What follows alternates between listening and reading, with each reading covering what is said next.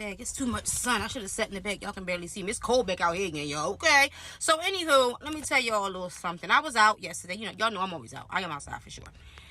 And a guy walked up to me and he said, "How you doing?" So I said, "Oh, hello." So he said, "Why are you looking like that?" I said, "Because I was thinking in my mind, out of all the women that was in here, I need a serious answer. What made you walk up to me?"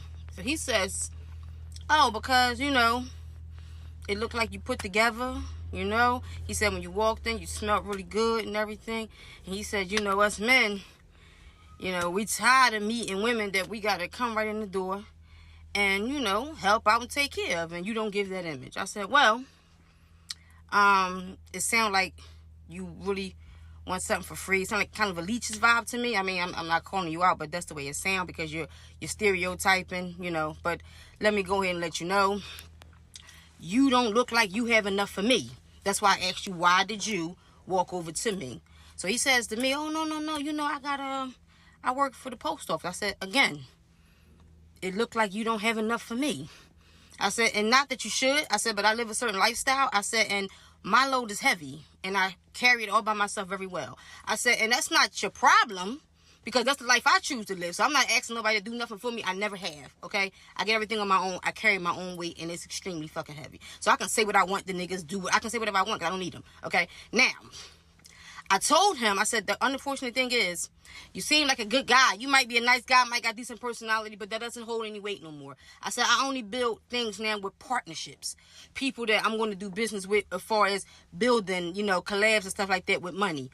Because trust me, men has done everything they could to make sure women don't trust them no more in that kind of way. Manipulative, deceptive, they get you killed, all kinds of stuff. So I only meet partnerships. So when you take an L, you're trying to scam me, you're gonna scam yourself. You understand what I'm saying? So as I'm talking to him, he's more shocked than anything because he like, "Dang, so y'all don't trust men no more?" I said, "No." And I said, and in that stage of whatever they wanted to accomplish with that, they have won. Okay, they have won. You can walk up to a woman, she be minding her business, and he can be an okay guy. He can just say hi. She take off running down the street because the damage, trust me, it's never going to be broken. Okay, this is it. So I only build off of partnerships. That's it. I don't care about nothing else. And the thing is, you know, a lot of men think that they can do things, you know, because you look good. Who gives a fuck?